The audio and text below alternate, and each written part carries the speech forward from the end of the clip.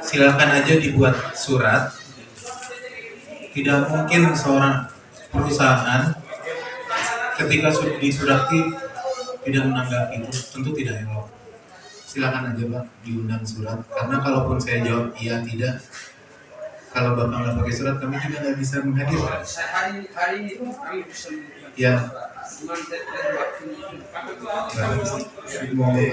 Mungkin Bapak sudah mempertimbangkan waktu yang akan dibuatkan surat, nanti kami akan mengupayakan.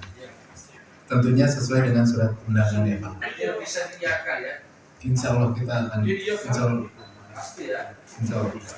Oke. Tapi Pak, lalu yang kedua,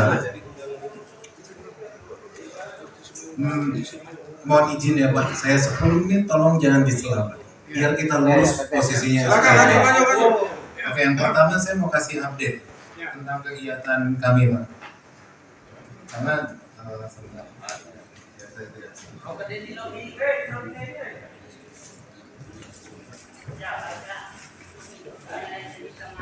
milik Antam, 80% milik Vale.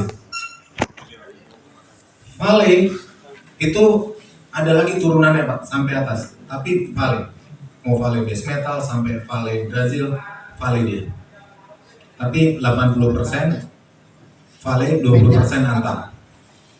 Hari ini kita masih eksplorasi, betul, kita belum ada eksploitasi. Kenapa masih eksplorasi? Pertanyaannya, kok lama sekali nih STM? Karena kalau tambang harusnya, saya juga kerja di tambang sebelumnya, 3 tahun udah eksploitasi. Kan eksplorasi ini kan invest terus kan, keluar uang terus gitu. Tapi Pak, saya bisa jelaskan begini. Yang pertama kita harus sepakat bahwa kita sangat bersyukur di HUU itu ada potensi yang bisa kita kelola. Satu dulu itu Pak.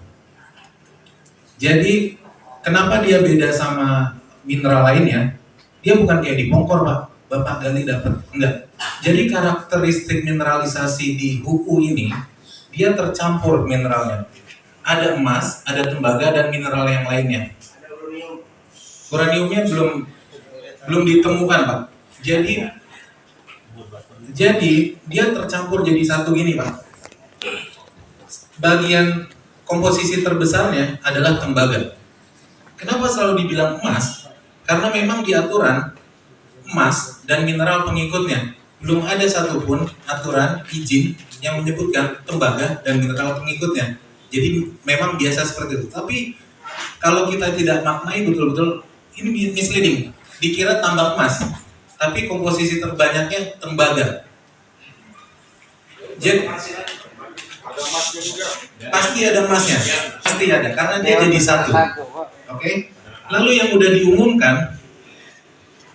diumumkan bahwa ada potensi 2 miliar ton emas, 2 miliar ton potensi sumber daya. Jadi sumber daya itu ada ya, di mana untuk setiap tonnya 0,86% aja tembaga. Jadi bukan semuanya ya. 0,8% dari setiap tonnya itu tembaga. Lalu 0,48 gram setiap tonnya itu emas. Jadi di setiap tonnya hanya ada 0,48 gram dan di setiap tonnya hanya ada 0,86% tembaga. Oke Pak, kita balik lagi.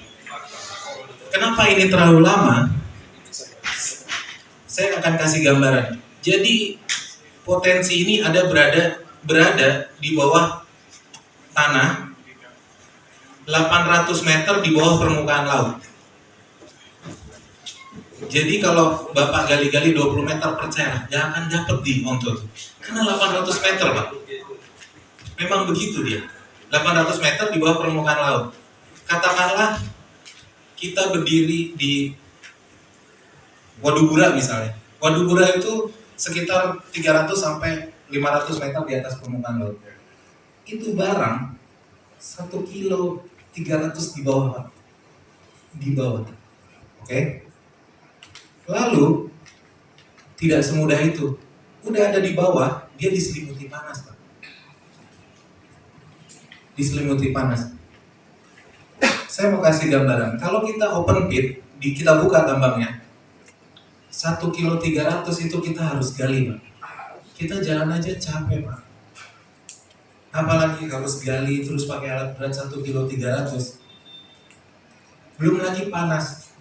Karena kalau mau bikin terowongan untuk mengelola itu, ini harus pakai terowongan, percayalah. STM nggak akan open pit. Nggak mungkin kita mau ditaruh kemana tuh barang disposal 1 kilo 300 ke bawah, luasnya tuh 1 kilo kali 1 kilo, volumenya kita mau taruh di mana, nggak mungkin, Pak. Nggak bijak bagi pertambangan untuk menggali open pit sebegitu, nggak ada di dunia ini, betul, percaya. Dia akan dibuatkan terowongan untuk mengakses di sana, tapi ini barang yang berkah kita di HUU ini, Pak, diselimuti panas. Nah, diselimuti panas ini, panasnya hari ini 80 sampai 120 km, 120 derajat, koreksi. Di mana sesuai aturan itu nggak boleh, Pak, kalau bikin terowongan di atas 30 derajat. Pasti selesai orang. Kita nggak akan tahan. Itu kalau turun di Lompun, Pak. Lalu kan ini ada selisih ya, Pak, dari 120 sampai 30. Ini kan kita harus turunkan 80 derajat. 500 miliar ton.